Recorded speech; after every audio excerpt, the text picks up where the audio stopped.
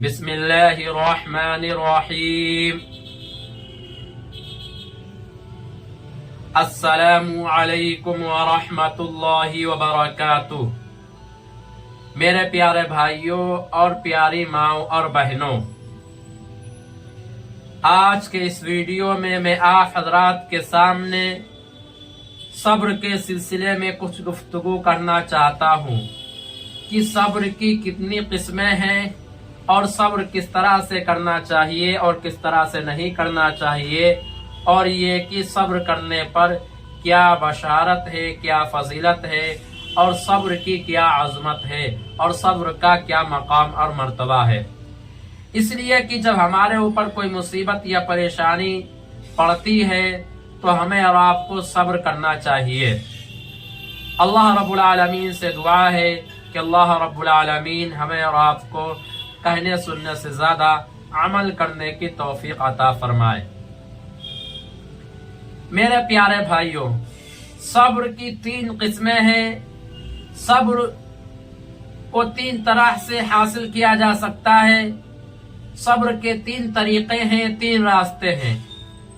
سب سے پہلا صبر کیا ہے اور سب سے پہلی صبر کی قسم کیا ہے؟ صبر کی پہلی قسم یہ ہے صبر علی الطاعہ، اطاعت کے اوپر صبر کرنا۔ کیا مطلب یہ ہے کہ جب اللہ نے ہم کو حکم دیا ہے کسی کام کے کرنے کا، اب چاہے ہمارا دل چاہے یا نہ چاہے ہم کو ہر حال میں وہ کام کرنا پڑے گا، اس لیے کہ یہ کام کرنے کا حکم اللہ رب العالمین نے دیا ہے۔ اللہ نے حکم دیا ہے نماز پڑھنے کا، روزہ رکھنے کا، حج کرنے کا، زکوٰۃ ادا کرنے کا، غریبوں کی مدد کرنے کا، چہرے پہ داڑھی رکھنے کا۔ تو جب یہ اللہ کا حکم ہے، نبی کا طریقہ ہے، نبی کا فرمان ہے، اب چاہے ہم کو وہ کام سمجھ میں آئے یا نہ آئے، یا اس کام میں ہمارا دل لگے یا نہ لگے، ہر حال میں ہم کو وہ کام کرنا پڑے گا۔ مثال کے طور پر سخت سردیوں کے دن چل رہے ہیں، بہت ہی زیادہ سخت سردی پڑ رہی ہے، نہایت شدید سردی پڑ رہی ہے۔ اب صبح فجر کی نماز میں اٹھنا ہے، دل نہیں کر رہا ہے اٹھنے کا، دل نہیں چاہ رہا ہے گرم گرم بستر کو چھوڑنے کا، نرم نرم گدے کو چھوڑنے کا، بیڈ کو چھوڑنے کا، لیکن اللہ کا حکم ہے اب چاہے ہم کو سردی لگے یا نہ لگے، چاہے ہمارا دل چاہے یا نہ چاہے، چاہے کچھ بھی ہو جائے، ہم کو نماز کے لیے اٹھنا پڑے گا اور اللہ کے حضور سجدہ کرنا پڑے گا۔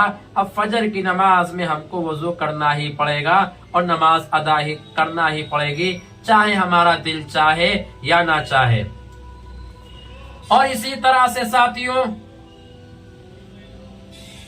سخت گرمیوں کے دن چل رہے ہیں، مئی جون کا مہینہ چل رہا ہے، گرم گرم ہوائیں چل رہی ہیں، گرم گرم لپٹ چل رہی ہے، اور اللہ کا حکم آ گیا، رمضان کا مہینہ آ گیا، اب ہم کو رمضان کا روزہ رکھنا پڑے گا، چاہے ہم کو کتنی ہی بھوک لگے، چاہے ہم کو کتنی پیاس لگے، اب ہم کو بھوک کی بھی شدت کو برداشت کرنا پڑے گا اور پیاس کی بھی تڑپ کو برداشت کرنا پڑے گا۔ لہٰذا چاہے سخت سردیوں کے دن ہو، ہم کو نماز پڑھنا پڑے گی، وضو کرنا پڑے گا، اور سخت گرمیوں کے دن ہو، ہم کو پیاس کی اور بھوک کی تکلیف برداشت کرنا پڑے گی، اور ہم کو نماز بھی پڑھنا پڑے گی اور روزہ بھی رکھنا پڑیں گے۔ اس کو کہتے ہیں صبر علی الطاعہ، اللہ کی اطاعت پر، اللہ کی فرما برداری کے آگے اپنے آپ کو جھکا دینا، اپنی گردن کو جھکا دینا۔ اور صبر کی دوسری قسم کیا ہے؟ صبر کی دوسری قسم ہے صبر عن المعصیتی، گناہوں سے بچنا۔ دل میں جذبہ پیدا ہو رہا ہے، دل میں خواہش پیدا ہو رہی ہے کہ اس کمرے کے اندر میں ہوں، اس گھر کے اندر میں ہوں، اور ایک لڑکی ہے اور اس کے علاوہ کوئی نہیں ہے۔ اب دل میں خواہشات پیدا ہو رہی ہے، جذبات پیدا ہو رہے ہیں کہ زنا کاری کی جائے، بدکاری کی جائے، لیکن اللہ کا حکم ہے اس گناہ سے بچنے کا، لہٰذا ہم کو ہر حال میں اس گناہ سے بچنا پڑے گا۔ چاہے ہمارے اندر کتنے ہی جذبے پیدا ہو جائے، چاہے ہمارے پاس موقع ہو گناہ کرنے کے، چاہے ہمارے پاس اچھے سے اچھا موقع ہو، اچھے سے اچھا طریقہ ہو، راستہ ہو گناہ کرنے کا، ہم کو اس گناہ سے بچنا ہے۔ اسی طرح سے میرے بھائیوں، تمام گناہ ہے، دل میں چاہے کتنی بھی خواہش پیدا ہو رہی ہو، جذبہ پیدا ہو رہا ہو، احساس پیدا ہو رہا ہو، تڑپ پیدا ہو رہی ہو، لگن پیدا ہو رہی ہو، لیکن اللہ کا حکم ہے اس گناہ سے بچنے کا، تو اب ہم کو اس گناہ سے بچنا ہی پڑے گا۔ اس کو کہتے ہیں صبر علی المعصیتی۔ معصیت دل میں خواہش پیدا ہونے کے باوجود، دل میں آرزو پیدا ہونے کے باوجود اس گناہ کو چھوڑ دینا، یہ ہوتا ہے صبر علی المعصیہ۔ اور تیسری قسم کیا ہے صبر کی تیسری قسم یہ ہے صبر علی البلاء، یعنی پریشانی پر، مصیبت پر، آزمائش پر، بیماری پر صبر کرنا۔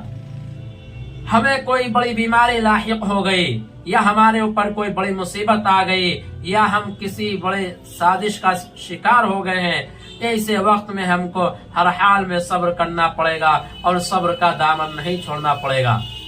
اور اسی میں ایک پہلو یہ نکل آتا ہے صبر عن الایذاء، یعنی ایذا پر تکلیف برداشت کرنا، ایذا پر جو تکلیفیں پہنچتی ہیں اس تکلیف کو برداشت کرنا۔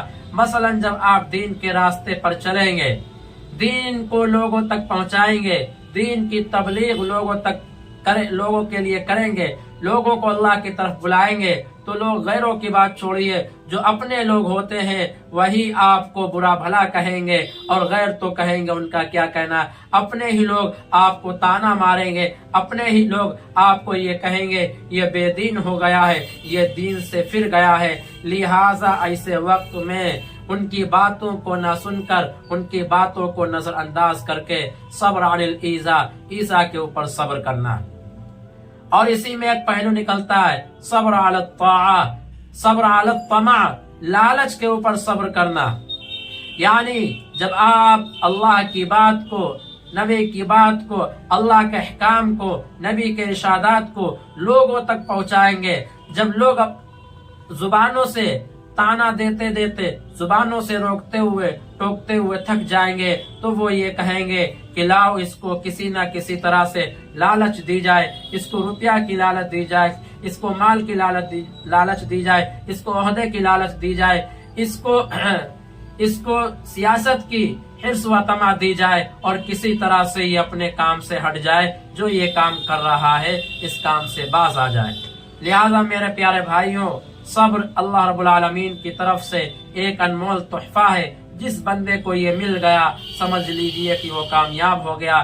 لہذا ہمیں اور آپ کو چاہیے کہ صبر کی ان تینوں قسم پر عمل کریں۔ صبر علی الطاعہ، یہ سب سے پہلی قسم، اللہ کی اطاعت پر صبر کرنا، چاہے دل چاہے یا نہ چاہے، چاہے وہ بات سمجھ میں آئے یا نہ آئے، اللہ کا حکم آ گیا تو ہم اس کام کو کریں گے۔ صبر عن المعصیہ، کتنی ہی دل کے اندر خواہش پیدا ہو، ولولہ پیدا ہو، جذبہ پیدا ہو، احساس پیدا ہو، آرزو پیدا ہو، ہر حال میں اس گناہ سے بچنا ہے۔ صبر علی البلاء، اور مصیبت کے وقت، پریشانی کے وقت، لوگوں کی تکلیف کے وقت صبر کرنا ہے، اور جب لوگ کسی چیز کی لالچ دے اس وقت بھی صبر کرنا ہے۔ اور قرآن مجید میں اللہ رب العالمین نے کیا ارشاد فرمایا، ان اللہ مع الصابرین، بے شک اللہ صبر کرنے والوں کے ساتھ میں ہے۔ اب ہمیں اس سے بڑی نعمت کیا چاہیے، اور ہمیں اس سے بڑی فضیلت کیا چاہیے کہ اللہ رب العالمین یہ فرما رہے ہیں کہ میرا جو بندہ یا بندی صبر کرے گا، اللہ رب العالمین یہ فرما رہے ہیں کہ میں اس کے ساتھ ہوں۔ لہذا ہمارے اوپر کوئی بھی حالات آ جائے، ہمیں ہر حال کے اندر صبر کرنا چاہیے۔ اللہ رب العالمین سے دعا ہے کہ اللہ رب العالمین ہمیں اور آپ کو کہنے سننے سے زیادہ عمل کرنے کی توفیق عطا فرمائے۔ وآخر دعوانا الحمدللہ رب العالمین۔